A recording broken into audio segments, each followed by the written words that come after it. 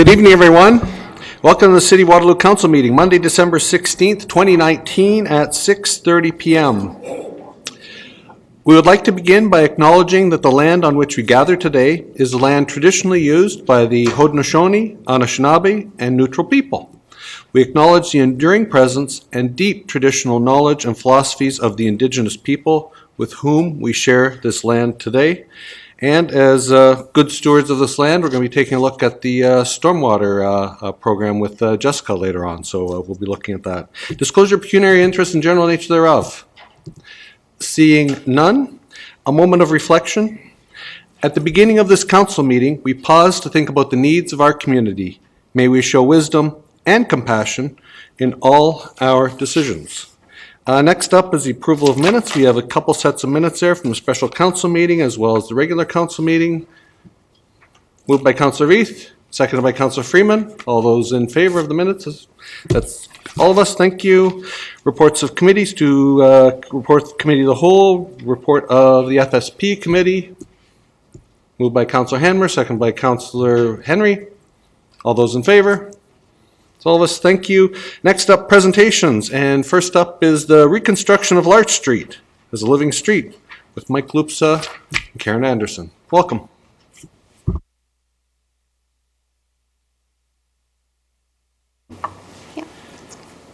Mayor Jaworski, members of council, we're here tonight to present Larch Street reconstruction project as a WUNRF, and I'm pleased to introduce the project team, starting with Karen Anderson, Ton Dressen from DCA Architects in Ottawa, Richard Turner and Jennifer Hatcher from GSP, and Glenn Anderson from GM Blue Plan. And now I'm going to turn it to Karen, and she's going to present you the elements of a WUNRF along with the concept drawings, and in the end we're going to take questions and comments. Okay. Thank you, Mike. Mayor and Council, I've got about a maybe less than 10-minute presentation to go through. This evening's presentation is to introduce Council to this street redesign and invite questions and comments. There is no staff report with this one tonight.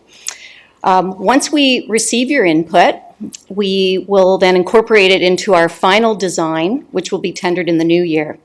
I must say, though, we do still have ongoing consultation with the community that's happening in the new year while we're tendering. We'll then return in the spring for approval of the construction tender.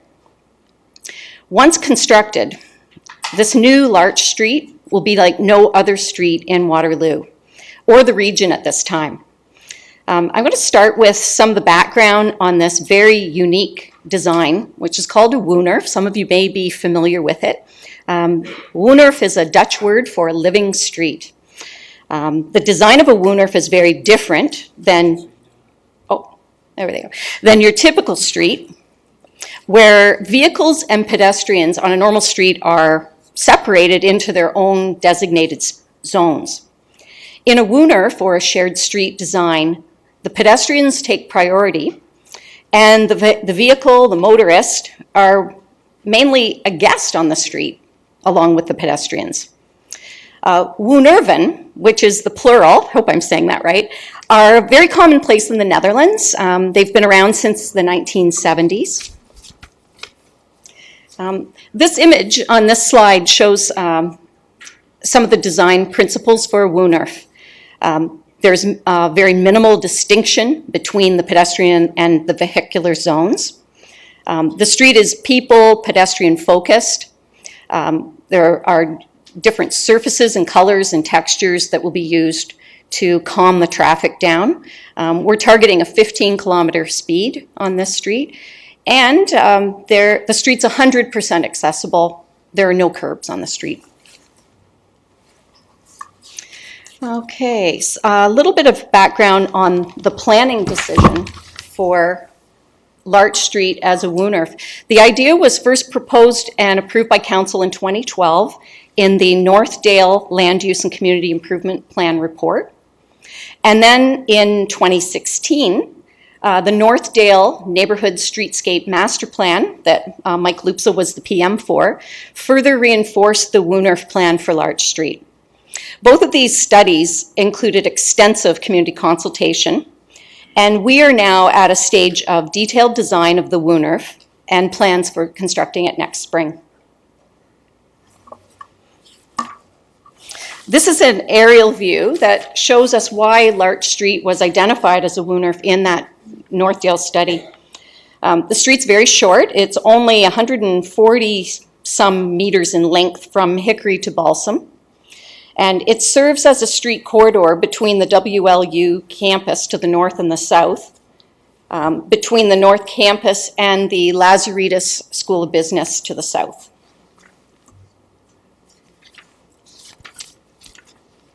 Okay, these are a few images of the built form on the street today.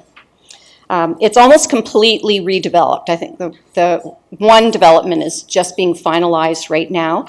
And each development is between 4 and 6 stories in height. And of course, it serves student accommodation predominantly.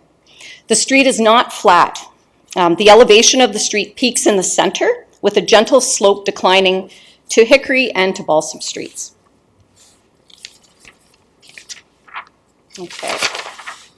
A little bit on our engagement process. So in addition to the community consultation that was undertaken in those 2 previous studies in 2012 and 2016, we've continued to outreach on this design and will continue to in the new year. This fall, we reached out with Engage Waterloo and we held our first public input session. In January, we'll be reaching out again to target the local Larch Street community. We're going to be using a targeted Instagram campaign so that people who enter the street will be prompted on their Instagram accounts. As well as I'm going to do a couple of pop-up public events right in the buildings on Larch Street. We haven't set the dates for those, but we'll let council know when we have those set up. Those pop-up consultations will focus not so much on the hard surfaces on the street because we've completed that and we're going to show that to you tonight, but we want to get input on the street furnishings and everything that is going to bring that surface to life on the street. We've also reached out to a number of subject matter experts on this. We've engaged, first of all, I'll say we have a great consulting team working on this project. But we also, once we got our first draft of the design ready, we reached out to a Netherlands-based firm that has tremendous experience in constructed WUNRFen. And they reviewed our designs, made some suggestions, and what we're going to present to you tonight, we can say that it's a true WUNRF. Okay, oh, wait, I gotta go back. We've also engaged a number of city staff. We've been meeting with the neighborhoods team, the arts and culture team for their advice on how to make the street appealing and usable for our local residents. We've already reached out to GRAC and we'll continue to consult with that group on the street surfaces and the amenities. We had a great meeting with the Waterloo Regional Police at our PIC. And we are reaching out to have discussions with City of Waterloo enforcement as well. Here's a plan view of the street, and you can see that it's very unique. On the street, there are only 5 driveway accesses into the new developments, residential developments on the street. And you'll see that the vehicular path, which is that curved area in the center, doesn't even have a center line. It's broken up by different materials and patterns and textures, and with a wavy center line. This makes the vehicular right-of-way very ambiguous, and that is very intentional on this street.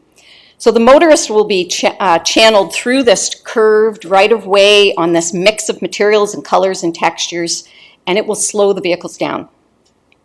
We're using a combination of bollards, planting areas, and streetlight poles to protect the defined pedestrian areas. However, the design, it encourages pedestrians to go anywhere on this street. We've included 4 designated parking spaces. These, we're contemplating designating these for short-term or loading areas. they'll be constructed and we'll think through how they can be used. We think there's a purpose for them for special events, with food trucks, etc. And then at each end of the street, we'll have a gateway with some very unique signage that will indicate that this is the Larch Street Woonerf. Okay. Just going to let these fly-throughs play through. We asked the design team to provide this so that we could get a sense of the space.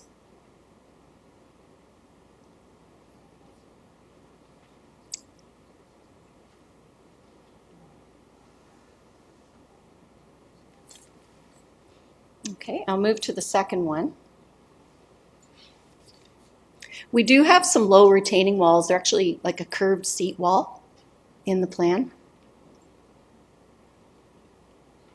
And it's a very short street.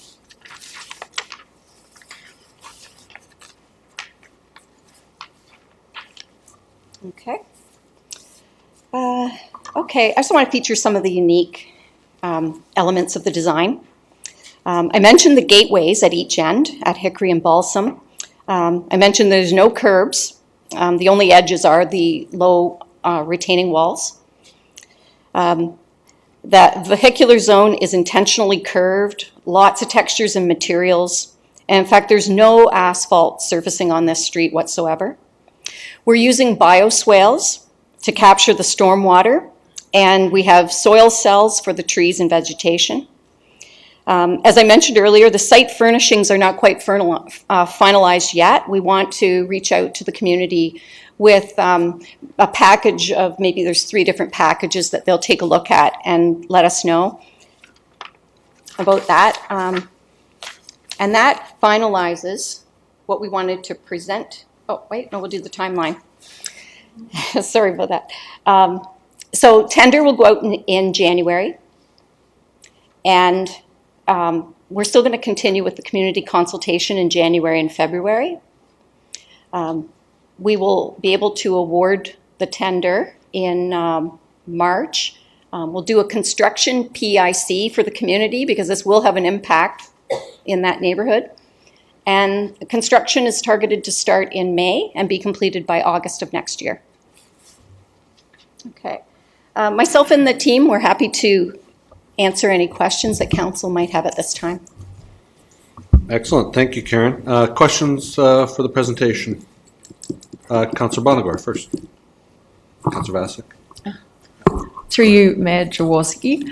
I just have a couple of questions. So first of all, looking at those low walls, just going on nothing more than the lovely fly-through that you just presented, they struck me as still being very similar to a curb and what that would service, like that, and kind of creating a car area. So is there a requirement to have those low walls, or is there other reasons for having them there? Okay, I'll start to answer this one, and then I may pull from the project team on that. The low walls are in front of our planting areas. So there is a purpose for them there. That being said, if we were to design them out, I'm looking to Jennifer now, if we were to remove them, would we still have to have something raised? Yeah, so the walls are essentially designed. Come on up, Jennifer. Designed to prevent stormwater flow from the roadway. So if salt is used essentially to maintain the street, since they're acting as bioswales, they're going to capture any runoff, and we want to limit the amount of salt going into the bioswales themselves. So that's essentially their purpose. And we didn't want to go too high so that they're impeding on the ability to see through across the street for the pedestrians. Okay, thank you. I figured there was probably a reason. Thank you. And the other question I have is really a seasonal one. How would an area like this be cleared of snow? Okay. I didn't mention it in the presentation. We're exploring a snowmelt system. We're not sure if it's feasible at all. Okay. We're just exploring it and include it as a provisional item in the tender. And when those numbers come in, we can take a closer look at that. Do you want to continue with that, Mike? Just to add to Karen's answer, for the time being, operation people were having the request the width of the street to be a certain minimum. So we're still going to have, we could have a plow in the middle of the street going through and plowing the street as normal. As for the pedestrian sides, we could still have 2 meters left and right, basically clear. There's no with trackless like today everywhere else in the city for the sidewalks. So it's still doable. It's nothing that could stop our operation people to do business as usual, basically. You know. Thank you. Next, Councillor Vassic, please. Thanks through you, Mayor Jaworski. This is very exciting. I had a similar question. Well, I had the same question as Councillor Bonagor, but now I have a follow-up question. Is there any way to do the bioswales, is that what you call them, differently so that there could be no curb there? I guess it would probably come down to a grading exercise, and there's always going to be that chance of the storm water essentially filtering into that. And I'd rather be on the side of caution and not have that salt go into where the trees are living and affect their growth. I guess it's another question for Glenn. I don't know from a grading perspective if it's doable to really grade it away from the edges. Or you could lower the walls to I'd say a certain height that it's not going to be that visible. We could make like 4 inches height. We could make it as low as we want, really, because otherwise we still have to put a stop to the salt going to the bioswales. So there has to be a certain wall here. Something has to be here. I'd like to add too that we took a grading situation where we needed a grade change, and by undulating the walls with this waving pattern, we tried to turn it into an artistic feature as well. They're very short pieces, so that the vehicular way would still be somewhat ambiguous, but if we removed it, I think we'd be forced to put bollards in. Sorry, thanks. Karen mentioned earlier that the road crests in the middle and falls both ways out to Balsam and Hickory. The road is also not flat from left side to side, so part of the reason for the walls is to help with the grade change and to hold the soil in. So if we got rid of the walls altogether, the soil would basically have to be down below the road surface and then obviously fill up with road salt and things like that. And it also stops people from walking directly through those areas that are going to be planted. So they kind of serve a couple of purposes, grading and salt and pedestrian paths of travel. So that's why they're there. Yeah, it looks totally great. And I'm starting to understand a bit about the grading piece. I guess I'm just trying to, because this is WUNRFs are a new concept to me. So I'm just trying to understand how the concept as it was originally designed and how they do it without curbs in the Netherlands and how they're able to do that. And then we have similar restrictions. So maybe they just don't use salt on the roads. Like, I honestly have no idea. So I'm just trying to align the two, like the concept with what it would look like in practice here. So back to the grades, if you look back at the original picture that Karen showed and you look at any Vernon Street, they all look dead flat side to side. So they don't have that issue. And even in the original picture, they had trees in the silva cells along the street. They didn't really have planted gardens like these, and they probably don't use the road salt because they don't have the same type of winter as we do here. So. Okay, thanks. And I just had a second question about the speed limit where it's suggested 15 kilometers an hour. Does that actually go up as a sign, or does that just become kind of a standard practice down there? I'm also thinking it's a curvy street or looks curvy, so could it be fun for people with fast cars to like try and just zoop down it? I think, through Mayor Jaworski, I think by the time you get on this street and you figure out what's going on, you're at the other end. You don't really have time to speed on this street. That's my first answer here. And the 15 kilometers is actually the design speed that with all these elements we have on the street that makes it so ambiguous, we think is achievable. And once you get on the street and you see all these pedestrians crossing everywhere and all these people doing whatever, you don't really feel like speeding. You are kind of thinking twice before you even push the accelerators, I think. So but it's just a target. The 15 kilometers is just the design speed target for us. Next up, Councillor Bodley. Thank you, through Mayor Jaworski. Just wondering if you could elaborate a little bit on the discussion around the parking and whether it's necessary, I guess, given that I'm assuming that each of these developments has their own parking on site. And maybe if you could just elaborate on the discussion around the length of time for the parking, the food truck conversation that you had, whether maybe this makes sense for wheelchair accessible parking perhaps, or maybe elaborate a little bit, that'd be great. Yeah. Typically, Woonor wouldn't have any parking, right? Because we don't want that. The developments have their own parking. They have their own visitor parking. So what we started to contemplate here was things like deliveries, loading areas, and those events. So we made a decision. There had quite a few discussions over whether to include that parking or not, whether to reduce it even further. And we felt that in order to accommodate some of these special events and very short-term parking, it was a good idea to put them in. Does that answer? Yeah, for sure. Yeah. Just a comment, I guess, through you, Mayor Jaworski. Yeah, I would.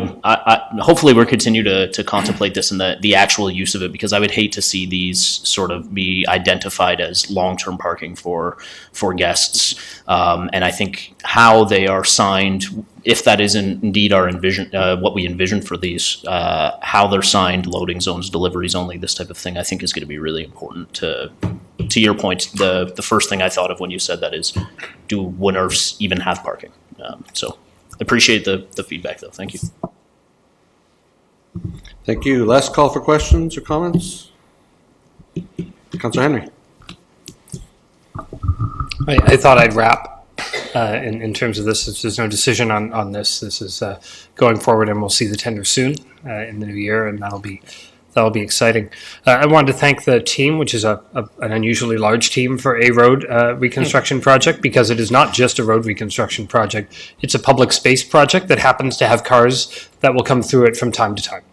And so it's an entirely different kind of construction enterprise for the city, and it's useful exercise, I think, for staff to get their heads around how this works. And then that opens up conversations about, are there other places, as we think about our changing city, that this design or this approach might lend themselves to. So this is a good pilot, and as you saw at the beginning, a pilot that came through a lot of master plans and thoughtful community engaged documents. So it's not the back of the napkin. It is a key part of a big process that we're going through to change the neighborhood. So thanks for the work on this. Really excited to see some of the design changes. I had no questions tonight because the conversations we had at the PIC around design change elements, I'm seeing those here. So I've got nothing new to raise around this. We had issues with the entry of the street being a bit wide, and we had some issues with very long retaining walls and other pieces. So those have been well scoped, I think, in what we're seeing here. So I appreciate that. And just for council's benefit, into conversations I've been having, they haven't resulted in a new program or plan, but I've been having conversations with municipal enforcement and transportation around parking in the neighborhood that was designed to be pedestrian active transportation oriented, and has far fewer cars and parking spaces per capita than pretty much anywhere else in the city. But because the density is high, there are still a lot of cars. On-street parking space is not supposed to be for car storage for a long-term basis or even for a short-term basis. We don't charge for on-street parking really anywhere in the city. This is a neighborhood that may lend itself very well to that in general, and maybe a good place to pilot those kinds of initiatives. It would follow the theme of all the documents that we've done in this neighborhood through consultation. But these kind of 15-minute, loading unloading zones from a pure function of a neighborhood that has a lot of youth that do a lot of things, like not make their own food and order from the place across the street, and somehow that requires a driver. These 15-minute loading zone ideas are probably a very good idea to help the street function on a regular basis based on how our society is evolving. And as we think about, are there places where we're charging for mid to long-term parking on the street in the rest of the neighborhood, 15-minute loading zones are going to need to be part of that kind of plan to be able to accommodate the in and out in a way that's going to make sense. So just to sort of give council some insight into where my head's been and the side conversations have been with staff and what might be possible in the broader neighborhood to deal with the balance of, there's fewer cars per person, but there's still a lot of cars, and how do we grapple with that?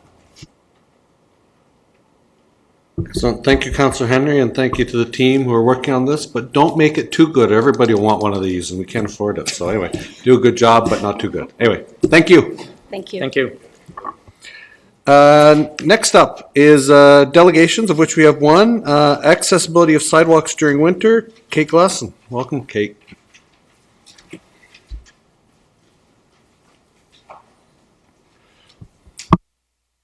Thank you. Mayor, members of the City Council, friends, Romans, countrymen, etc., etc. I come not to praise sidewalk clearing by my neighbors, but to bury it. Because I couldn't walk here tonight. I had to take a cab because the streets are too icy for me and my cane, especially in the dark.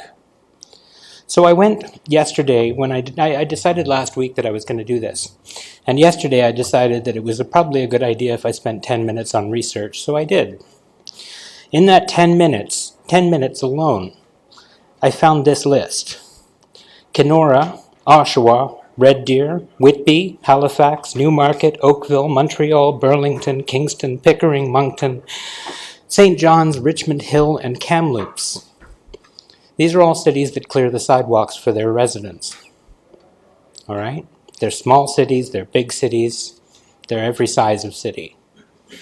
I found another number while I was searching. That Toronto, granted, 100 times our size, spends $6.7 million a year on slip and fall injuries. All right? So this is some way to save a little bit of money as well. But it comes down to disability access. People with disabilities, people, mothers, young mothers with strollers, people with wheelchairs, people with carts that need to drag them to get their groceries because they haven't got a car, like many of us don't. Well, what are we going to do? Because there's no way to walk around in this city. So for weeks at a time, I'm not going to get a special mobility bus to go to the store. You know, it's 150 meters away, but I don't know if I can walk that distance because it's all ice. Enforcement does nothing. You call and they say, well, it hasn't been 24 hours since the last snowflake fell. Then you call the next day and it's the same answer, and the next day they don't answer. Day after that they do answer, but eventually they don't come out for a week. By the time a week's gone by, that sidewalk is so much ice that it's impassable. And that means I've been stuck in my apartment the whole time. Right? Because we don't clear the bus stops either. All right? The one by my house, by my apartment, and literally it's right beside my apartment, is uncleared. It's full of snow throughout the winter. So you're tromping around in 3 feet of snow just trying to get to the bus. Then you're climbing over a snowbank to get onto the bus. It's absolutely insane from a disabled person's standpoint. Or if somebody wanted to use that bus stop and had a stroller, how do they get it there? How do they get it on the bus? It comes down to, like I said, disability access and access for our seniors and the well-being of people who are stuck in their homes all winter because we cannot rely on our neighbors to do this work. Some of them physically cannot do it, and they can't afford to pay retail prices to get somebody to do it for them.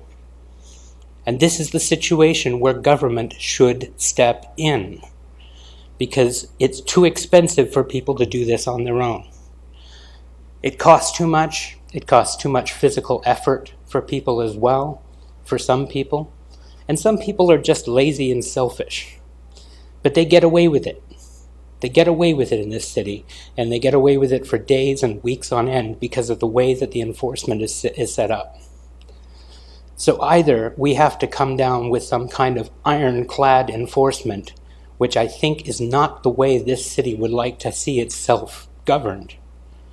Because I'm talking about, people who are going around after every snowstorm within 24 hours and finding everybody they see who hasn't done their work. You really think that's going to happen? Is that really going to be cheaper in the end than simply buying the equipment and doing the job yourself? Making more jobs? Ooh, sorry about that. I think that's really this, without repeating myself, I think that's really what I had to say. Thank you. And thank you very much, Kate, and thank you for, coming out on, a night where it's hard for accessibility. Do you have any, Councillor Bonagor?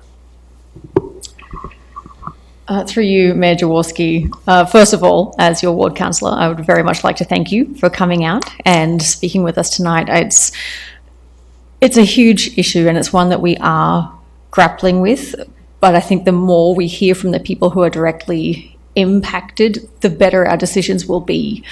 So just for that alone, I thank you for coming in. I do have a question. Do you notice, like, for your own living through the winter, do you notice a large difference in your interactions across the city just for how you approach living through the season? Do you tend to stick uptown only? Do you still get around but have to factor in many different layers of logistics? Can you give us an idea of just how that works for you? Yeah, during the summer, I shop at Sobeys because I can walk along Moore Street and it's about the same distance as if I walk to Value Mart. But Sobeys is a much bigger store. The prices are better and all kinds of things. During the winter, I can only walk to Value Mart because the Spurline Trail is cleared. But the rest of the streets aren't. So I can't walk to the one that I prefer to walk to that would be better. I can't walk to the one where the pharmacy where my prescriptions are actually located, and but I can walk to the one up here, but I can't walk to the one where my prescriptions are. And I'd have to move them, and the kind of prescriptions I have, it's kind of hard to move them because you have to retrain your pharmacist to get you to recognize that you're not addicted and blah, blah, blah. It's kind of a big piece of work. So, no, I can't really get around in the way that I'd like to. Any further questions for the delegate? Or I know one has of staff. Seeing none of the delegate. Thank you very much, Kate. Thank you for very much. presenting tonight. Questions of staff. I know some people. Councillor Bodley. Through you, Mayor Jaworski. And thank you, Kate, for coming out. Appreciate, as Councillor Bonagor said, this has been an ongoing discussion that we've been having at council here, not just in my first term on council, but I'm sure in years prior to that as well, too.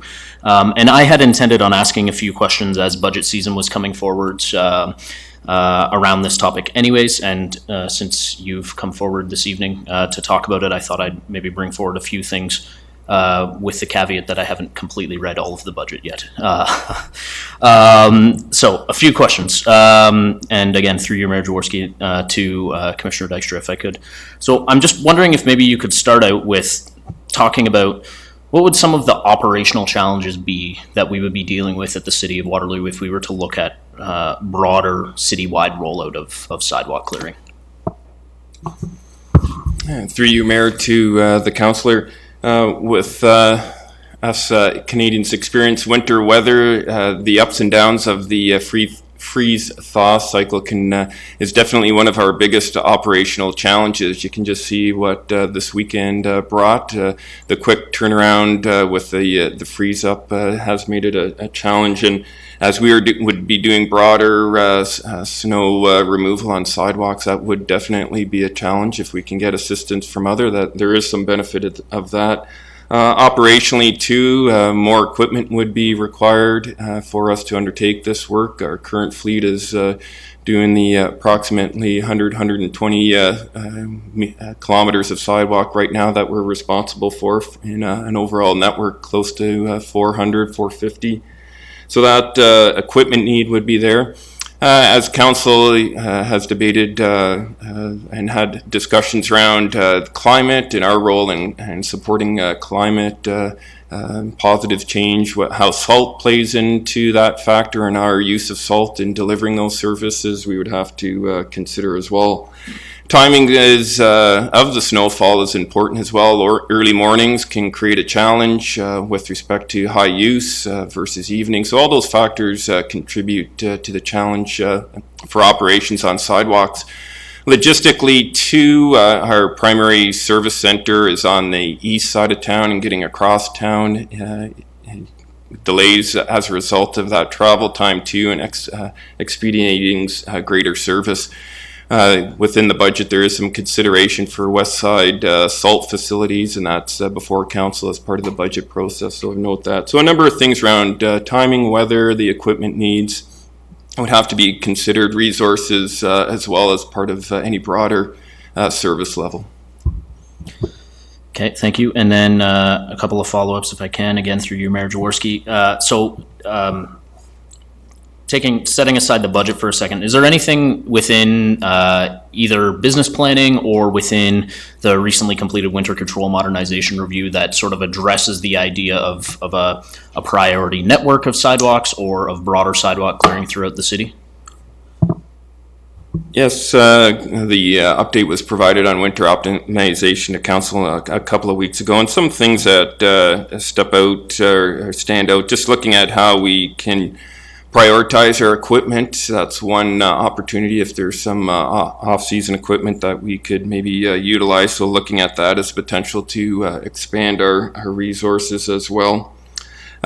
Within the work plans for 2020 would be really around this topic would be around research, what are best practices occurring. The delegation noted some of the other cities. We'd be contacting them to understand what their level of service is, what their roles are with the community, what are some of their challenges as well. So a bit of a data and research review, some public consultation could occur as well in 2020 to get the feedback. We've done this about, I think, 10 years ago, and the feedback was considered in the reports brought forward to council at that time. So that is in the work plan.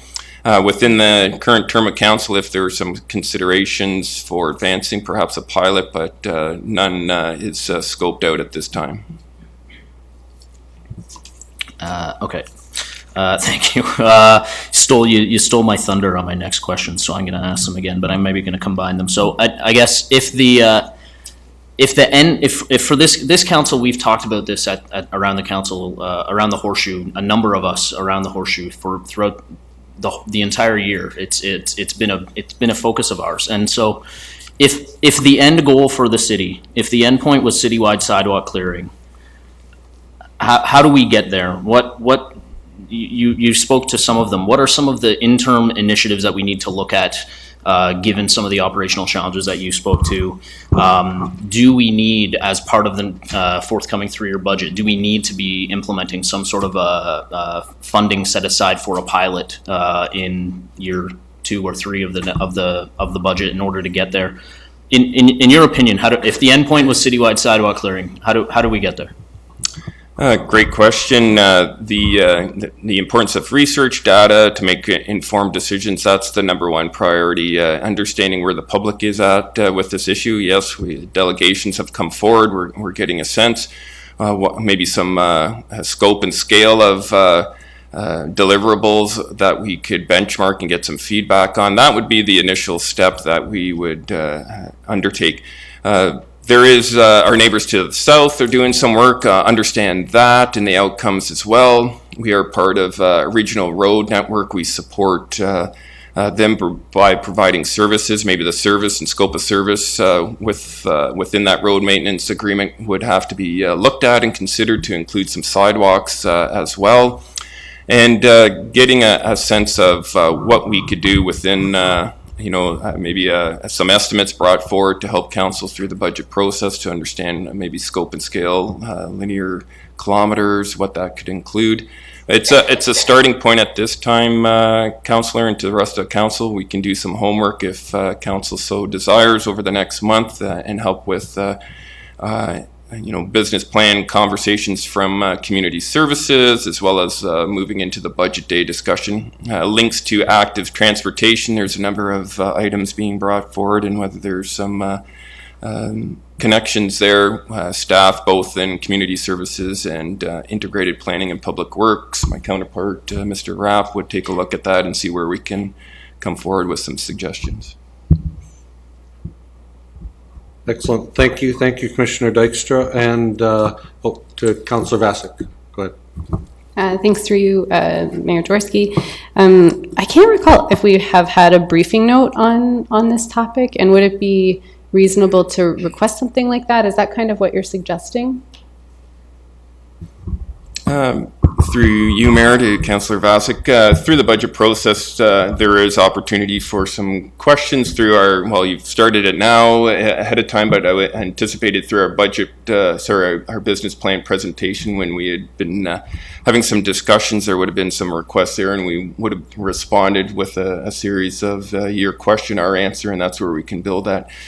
We shared with Councillor over the last couple of weeks when we've had this conversation what we're doing in terms of strengthening our bylaw enforcement. We're advancing that as well.